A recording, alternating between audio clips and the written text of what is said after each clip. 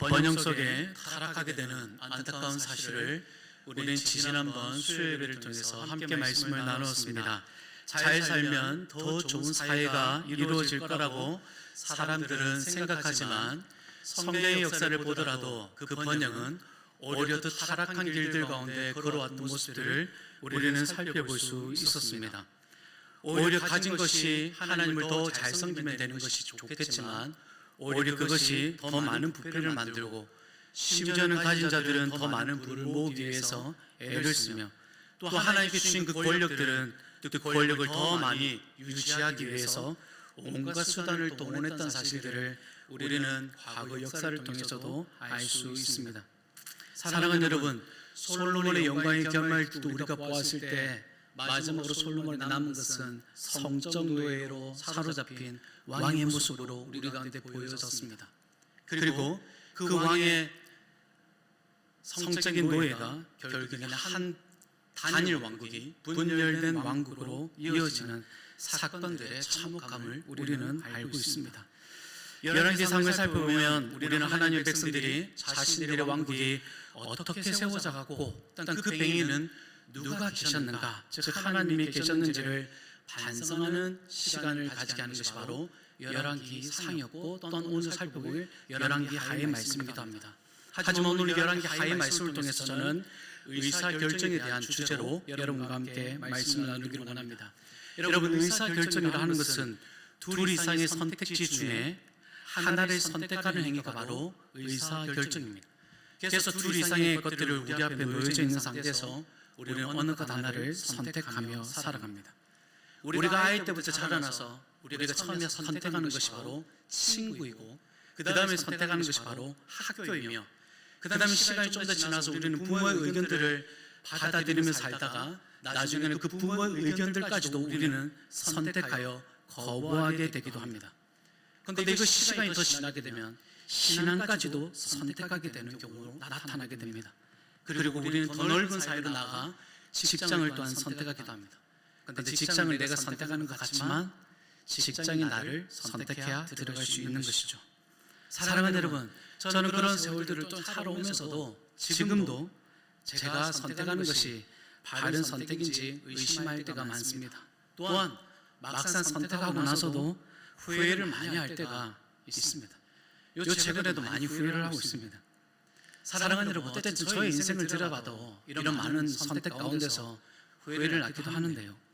여러분, 우리가 아끼고 우리가 또한 보살폈던 이 아가들이 먹는 것을 선택할 때 여러분 참 재미난 일들이 나타납니다.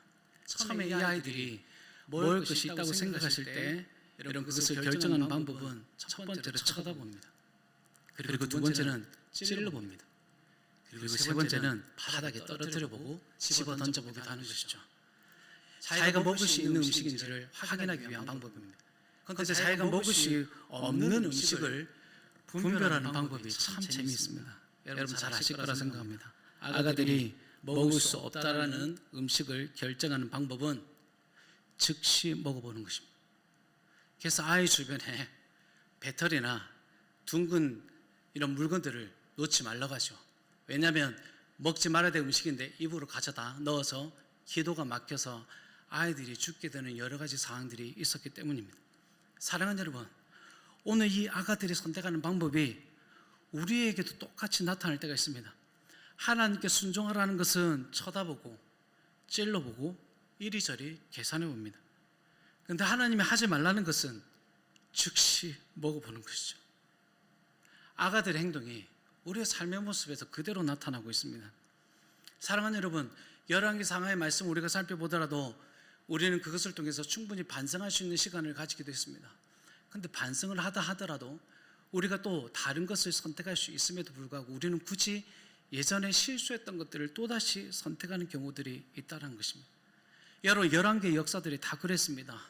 나라가 분단되기 이전까지 여러분 하나님께 선택할 수 있는 여러 가지 조항들을 주시기도 했고 그 선택들을 하지 않도록 선지자를 통해서 하나님께서 깨닫게 해주셨습니다. 그런데도 불구하고 그들은 자기에게 주어진 왕국의 안전을 위해서 무엇을 선택합니까? 군사를 확장시키고 심지어는 자기보다 더 강한 나라와 동맹관계를 맺고 심지어 그 나라가 자기들을 보호해줄 거라 생각을 해서 조공을 바치기도 하죠. 그런데 그것이 그들의 안전을 보호해주는 것이 아니라 오히려 뒤통수를 치거나 그 나라를 잡아먹게 되는 아주 흉측한 일들 가운데 경험했던 것이 바로 북이스라엘과 남유다의 삶이었습니다. 그래서 여러분, 당시에 살고 있었던 단일 왕국과 이어지는 분단된 왕국 가운데서도 늘 위협 가운데 있었으니 그것이 내부적인 위협과 외부적인 위협 가운데 늘 살았던 것입니다. 내부적인 위협은 자신에게 주어진 그 권력을 놓치지 않기 위해서 뭔가 버티다가 끝내는 다른 신하들이나 다른 사람들 통해서 쿠데타를 일으키게 되고 또 그것이 왕권이 찬탈하게 되는 내적인 위험들이 있었습니다. 외적인 위험들은 아람 같은 주변 나라들이 그 나라들을 위협하기도 했지만 애굽이란 그 거대한 나라도 북쪽으로 계속 군대를 보내어가지고 자신의 지역을 점점 확장시키려고 했고 또한 이 애굽뿐만이 아니라 점점 강성해지는 아수르라는 이 제국 또한 거대한 군대를 움직여서 많은 나라를 점령하기도 했고 심지어는 북이스라엘을 멸망케 한 장본이었습니다. 그리고 아수르 뒤편에서 대기하면서 점점 강성해졌던 신바벨론도 무너지지 않을 거라고 생각했던 이 아수르를 멸망시켰고 심지어 그나마 하나님을 잘 섬겼다라고 생각했던 남유다들까지도 멸망시켰던 민족입니다. 사랑하는 여러분, 안전한 장소가 있었습니까? 안전한 장소는 그들에게 없었습니다. 자국을 지키기 위해서 여러 가지 방법들을 선택하긴 했지만 결국엔 그들에게 놓여진 것은 멸망밖에 없었습니다. 자기 나름대로 생각하는 바른 의사결정이 나라를 더욱더 안전하게 만드는 것이 아니라 더더욱더 불안하게 만들었던 것이죠. 이런 기울어지는 정세 속에서도 하나님은 이 왕들이 인간의 권력을 신뢰하지 않도록 하나님을 신뢰하도록 안내하였지만 그들은 그러하지 못했습니다. 그래서 열왕기 하위 1장에서 17장까지는 북이스라엘의 붕괴를 보여주기도 하지만 그 사이에 히스기야의 종교개혁, 즉 남유다의 아주 아름다운 모습을 또한 보여줍니다. 그리고 이어서 본문 18장에서 25장은 남유다 왕들의 실태와 유다 나라가 어떻게 붕괴되어지고 바벨론의 포로로 끌려가는 장면을 그대로 담아둔 책이 바로 열왕기 하입니다. 사랑하는 여러분, 오늘 본문에 살펴보는 이 요시야 왕을 우리가 살펴보기 전에 이 배경을 우리는 또한 살펴봐야 됩니다. 요시야가 왕이 되기 전에 히스기야 왕이 된 사람이 바로 므낫세입니다. 이 왕이 여러분 성경에서 어떻게 표현하냐면 하나님 보시기에 악을 행하였다라고 얘기하고 있습니다. 그래서 그 악한 정도가 어느 정도인가 라고 볼 때 열왕기하 21장 16절은 이렇게 말씀합니다. 그 악이 하나님께서 이스라엘 자손들 앞에서 멸하신 여러 민족보다 더 심하였다고 말씀하고 있습니다.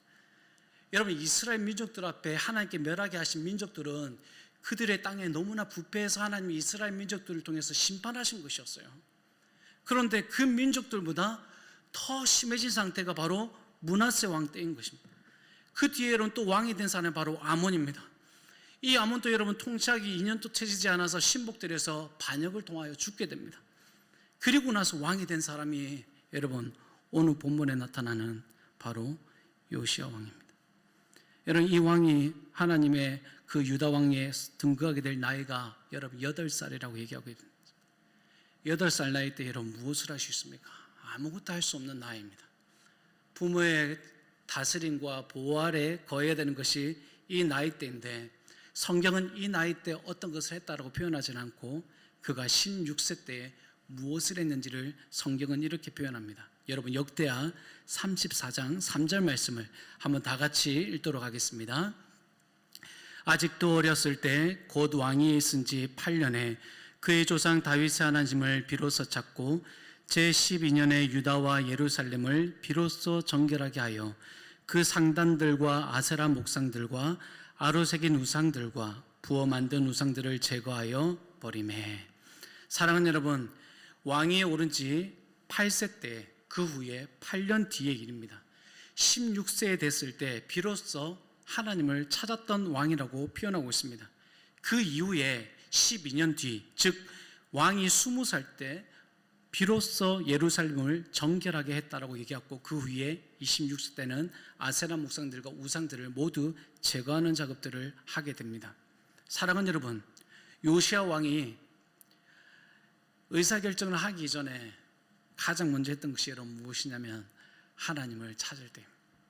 그렇다면 우리가 바른 의사결정을 이루기 위한 하나의 배경은 하나님을 찾을 때입니다. 그 찾는 기간들에 대해서는 여러분 어떻게 표현하지 않지만 8살의 왕위가 되었으니 여러분 16살 때 비로소 하나님을 찾았다고 한다면 그 사이에 뭔가 교육을 받았다는 것을 우리 스스로 상상하거나 추측할 수 있습니다. 하지만 그 추측을 떠나 분명한 것은 요시야 왕이 16세 때 그의 하나님 다윗의 하나님을 비로소 찾았다라고 성경은 분명히 우리에게 말해주고 있습니다.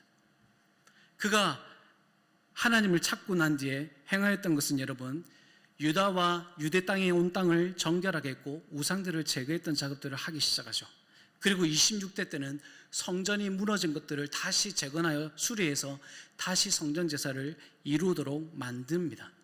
여러분 그런 성전 수리하면서 이 요시야 왕이 격분하게 된 사건들이 있었는데 그가 격분한 이유를 열왕기하 22장 13절에 이렇게 표현합니다. 너희는 가서 나와 백성과 온 유다를 위하여 이 발견한 책의 말씀에 대하여 여호와께 물으라. 우리 조상들이 이 책의 말씀을 듣지 아니하며 이 책에 우리를 위하여 기록된 모든 것을 행하지 아니하였으므로 여호와께서 우리에게 내리신 진노가 크도다라고 얘기하고 있습니다. 사랑하는 여러분, 우리가 바른 의사결정을 할 때 요시야 왕처럼 이런 것을 느낄 수 있어야 합니다. 처음에는 성전을 수리하면서 율법책을 발견했습니다. 그런데 율법책을 발견했을 때 이의 반응이 여러분 격분해서 자기 옷을 찢었습니다. 성경을 찢었던 하나의 또 다른 왕보다 자신의 옷을 찢고 격분했던 요시야 왕을 보면 여러분 어떤 것이 상상이 되어집니까? 하나님을 찾았던 그가 성전을 수리했다는 부분에 대해서 오늘날 우리는 이것을 어떻게 해석해야 됩니까?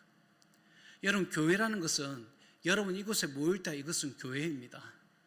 그런데 여러분 이곳을 떠나면 이것은 건물입니다. 그럼 여러분이 거하는 곳이 교회가 되는 것입니다. 물론 우리는 코로나 세대로 인해서 이 교회에서 모여지는 것들을 우리는 지금 많이 가슴 아파하고 안타까워하고 있습니다.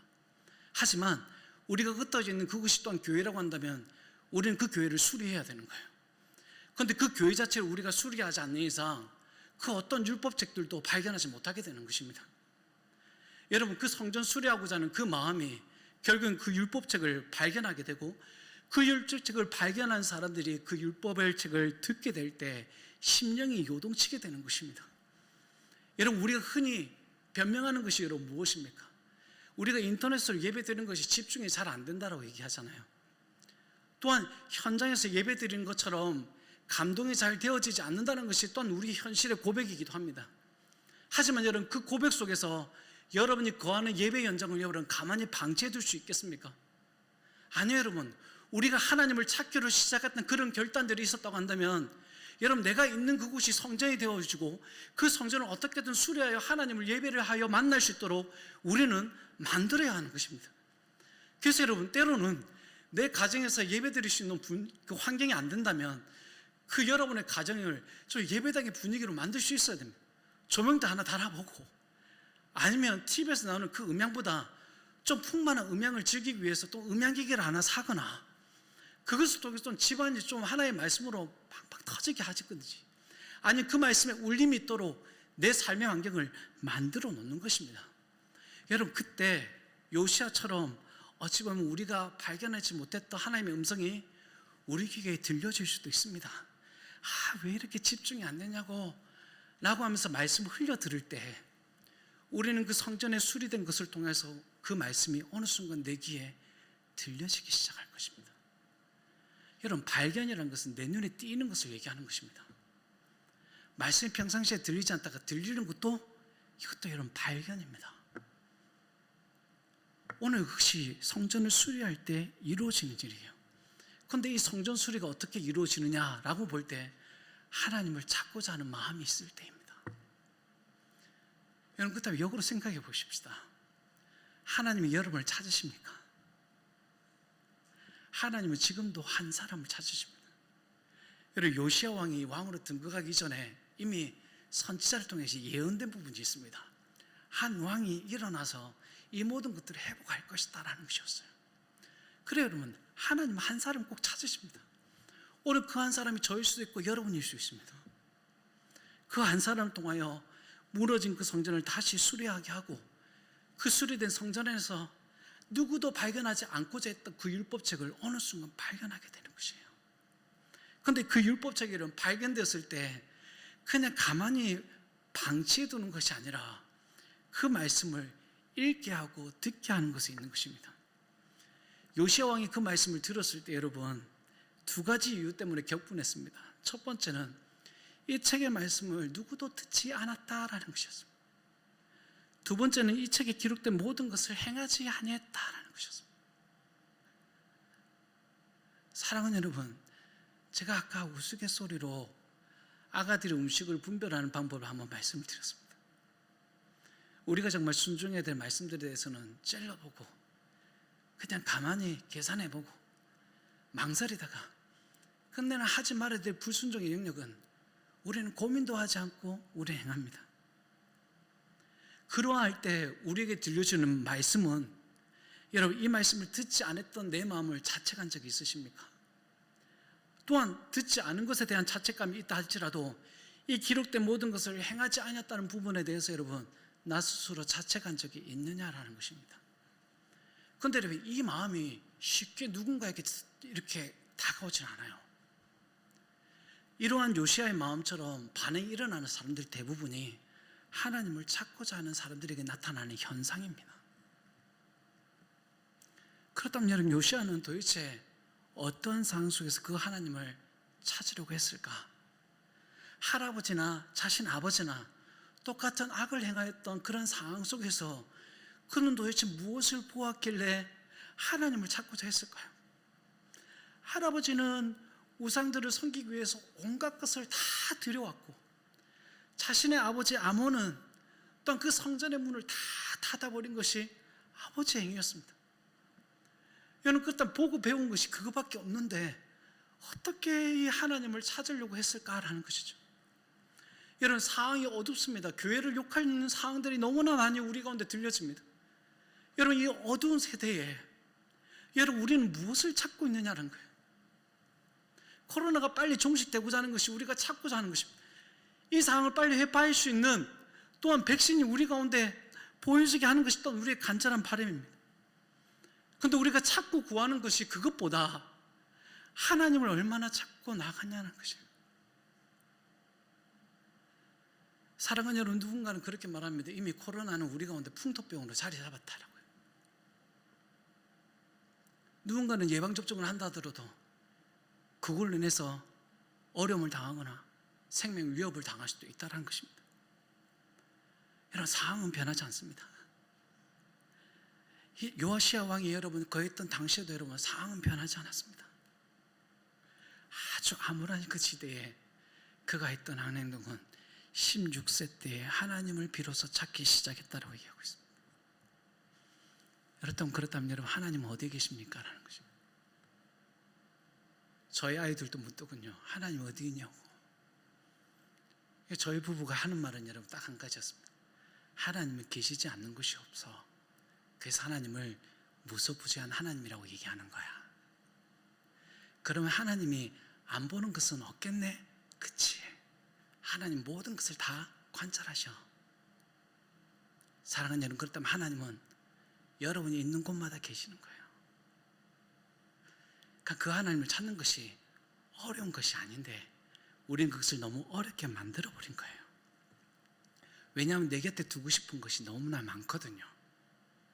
여러분 당시의 백성들처럼 아세라, 바알 이런 여러 가지 신들이 있지만 이것을 여러분이 가져가라고 한다면 여러분 가져가지 않을 거예요. 왜냐하면 그것이 우리 가운데 우상으로 자리 잡은 것으로 알기 때문에 그렇습니다. 그런데 실제적으로 여러분 우리가 하나님을 우상으로 섬기는 사람들이 참 많이 있을 수도 있습니다. 그냥 하나님께 기도하면 부자가 되게 한다, 하나님께 기도하면 모든 것이 해결된다, 이것을 우리가 하나님을 믿게 된다면 우리는 하나님을 우상으로 여기는 거예요. 그 하나님은 여러분에게 부유를 가져다 주기도 하고 여러분의 삶의 문제를 해결해 주기도 하지만 여러분이 더 극한 어려움 가운데 가지 않도록 우리에게 일러주신 말씀의 순종을 우리에게 허락해 주신 거예요. 그래서 우리가 때로는 그 번영을 누리기 위해서라면 하나님께서 우리에게 하신 말씀을 다 들을 수 있어야 되고, 또 그 들은 말씀을 우리의 삶 가운데 행할 수 있어야 되는 것입니다. 이것이 여러분 우리가 하나님을 믿는 거예요. 그런데 이것을 우리가 하지 않고 오직 잘 살게 해달라고, 내 병 낫게 해달라고, 이 어려움 좀 제발 해결해달라고 기도하는 것은 우상이 될 수도 있다는 것입니다. 왜냐하면 이런 이유로 다른 많은 사람들이 우상을 섬기고 있거든요. 사랑하는 여러분, 그런 어려운 순간들 때마다 하나님은 또 우리에게 기도하라고 하셨습니다. 물론 하나님은 자비로우셔서 우리의 그런 어려움들을 해결해 주십니다.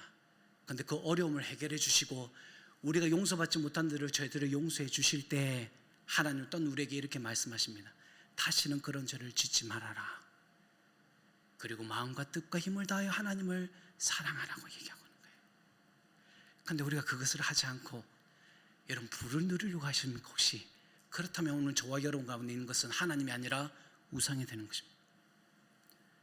사랑하는 여러분, 그래서 요시야 왕은 그런 바른 의사결정이 하나님을 찾는 것에서부터 시작되어서 그가 25절에 어떤 마음의 태도 가운데 있었는지를 이렇게 말씀합니다. 한번 25절 말씀을 다 같이 읽도록 하겠습니다.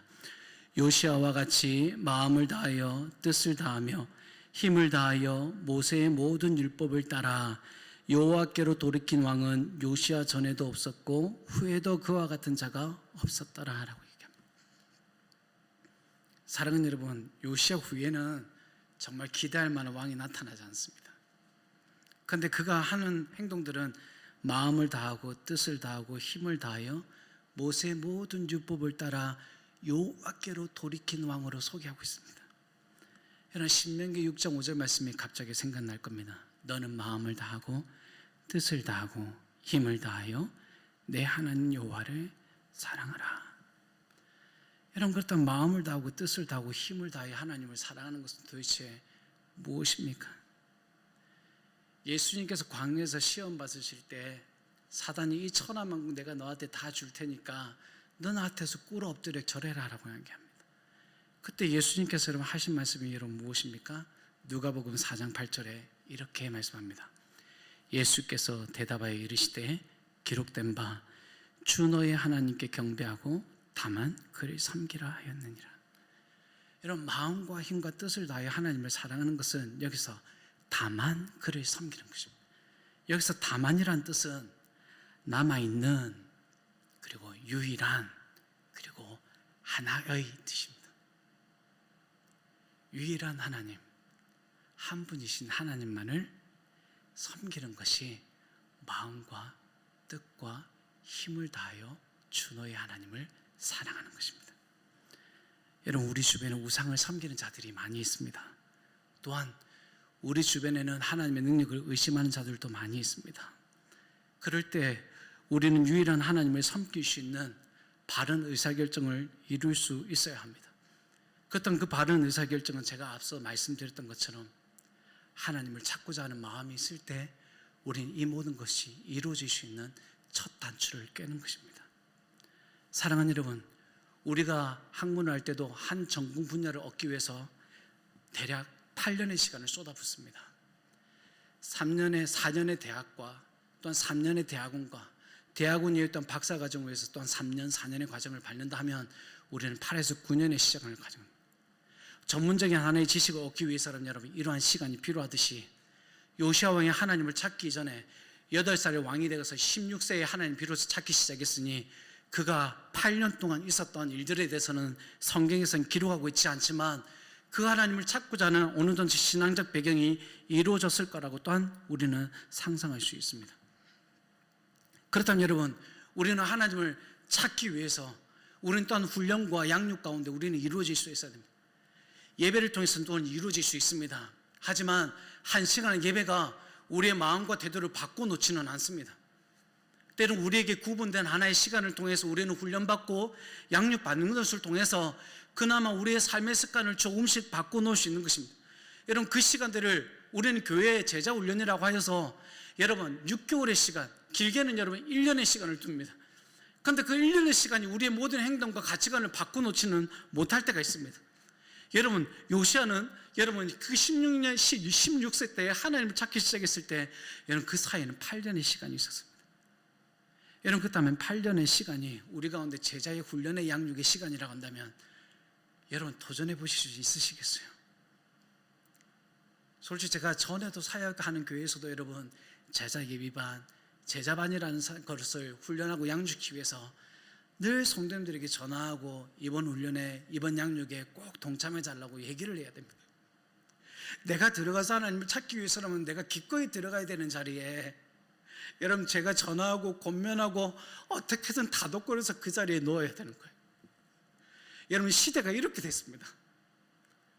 그래서 이 시대 속에서 우리는 이것이 마치 당연한 것처럼 우리의 삶을 살아가야 됩니다. 여러분 이런 삶 속에서 우리가 어떻게 요시아처럼 하나님을 비로소 찾을 수 있는 삶의 배경을 만들 수 있겠느냐라는 것입니다. 여러분 있을 수 없는 일입니다. 그가 하나님을 비로소 찾을 때 여러분 4년 뒤, 즉 20살 때 그때에서야 우상을 분별하기 시작했고 그 우상들을 제거하기 시작했었습니다. 여러분 4년 뒤에 있었던 일입니다. 그렇다면 여러분 하나님을 비로소 찾기 시작할 때 그때부터 눈이 뜨여지기 시작하는 거예요. 내 곁에 둬야 되는 것이 무엇인지, 또한 내 곁에 두지 말아야 될 것이 무엇인지 그제서야 보이기 시작한다는 거예요. 사랑하는 여러분, 그래서 우리는 그 하나님을 힘써 알아가야 하는 것입니다. 그분이 힘써 알아가지 못하면 우리는 어느 순간 내가 좋아하는 것을 내 곁에 두게 되는 거예요. 그때 여러분 주변에 그것이 우상인지 아닌지 어떻게 알 수 있겠습니까? 사랑하는 여러분, 우리의 안전을 지켜주시는 분이 열왕기 상하의 말씀을 통해서 하나님이시라는 것을 우리에게 늘 알려주셨습니다. 다만 그를 섬기게 할 수 있도록 반성하게 하셨고, 또한 다만 그를 섬기게 할 수 있도록 의사결정을 이루게 하는 것이 오늘 열왕기 상과 열왕기 하가 되는 거예요. 사랑하는 여러분, 그렇다면 이 수요예배를 통해서 우리가 한 권의 책을 말씀을 통해서 듣기도 하지만 이 말씀을 듣고 다시 열왕기하 말씀을 보기를 원하는 것입니다. 그래서 내가 바른 의사결정을 하고 있는지를 이 본문의 말씀을 통해서 다시 한 번 더 내 삶을 상고하는 것입니다. 이 책이 바로 열왕기서가 바로 하나님을 섬기게 하기 위한 반성과 바른 의사결정이라고 한다면 우리는 열왕기상 8장 16절 말씀을 기억해야 합니다. 한번 다 같이 읽도록 하겠습니다. 내가 내 백성 이스라엘을 애굽에서 인도하여 낸 날부터 내 이름을 둘 만한 집을 건축하기 위하여 이스라엘 모든 지파 가운데서 아무 성읍도 택하지 아니하고 다만 다윗을 택하여 내 백성 이스라엘을 다스리게 하였노라 하신지라. 사랑하는 여러분, 요시야 왕이 왜 다윗의 하나님을 찾았고 왜 유월절을 지켰는지 여러분 이해가 되십니까? 애굽에서 인도하여 낸 그 하나님을 요시야 왕이 보게 된 것입니다. 그래서 그 애굽에서 종살이하여서 그 애굽 땅에서 극적으로 구출해내었던 그 유월절 사건을 이 요시야가 이전의 왕들도 지키지 않았던 것들을 여러분 드러내어서 백성들로 하여금 지키도록 만들었던 것입니다. 왜냐하면 그 하나님이 자신들을 구원해주고 구출해주며 심지어는 다윗이 택한 그 민족의 왕권을 통해서 이스라엘을 다스리게 한다는 믿음의 확신이 요시야 왕에게 있었기 때문입니다. 그런데 여러분 이 사실 앞에서 하나님께 신실함을 섬겼던 이 요시야 왕에게 불현듯 다가오는 암울한 상황은 무엇이냐면 27절 말씀입니다. 제가 읽어드리겠습니다. 여호와께서 이르시되 내가 이스라엘을 물리친 것 같이 유다도 내 앞에서 물리치며 내가 택한 이 성 예루살렘과 내 이름을 거기에 두리라 한 이 성전을 버리리라 하셨더라 되어 있습니다. 여러분 우리가 생각하면 이제 종교개혁을 일으킨 이 요시야 왕에게 하나님께 이런 대답을 하셔야 됩니다. 오늘 27절에 이 말씀이 아니라 내가 너의 그 아름다운 신앙의 결단을 내가 보았다. 그래서 내가 너를 통해서 내 후손들이 이루어지는 모든 왕국의 다스림을 내가 평생도록 보장해 주겠다라고 해야 됩니다. 그런데 하나님은 그런 약속이 아니라 오히려 내가 이스라엘을 물리친 것 같이 유다도 내 앞에서 물리치며 내가 택한 이 성 예루살렘과 내 이름을 거기에 두리라 호가한 이 성전을 내가 버리겠다라고 얘기하는 것입니다. 도대체 이게 무슨 말입니까 하나님? 걔도 하나님께 바른 의상을 결정했던 요시야 왕인데 왜 이런 약속을 하시냐고요. 오늘 우리가 바른 의사결정을 하나님 내가 하겠다라고 생각을 했지만 나중에 나타나는 결과가 이것이라고 한다면 여러분, 내가 정말 바른 의사결정을 할 수 있습니까? 정말 하고 싶은 마음이 들지 않을 것입니다. 그런데 여러분, 이 말씀 우리가 잘 이해해야 됩니다. 요시야 이후에 여러분, 이 왕과 같은 사람이 일어나지 않았습니다.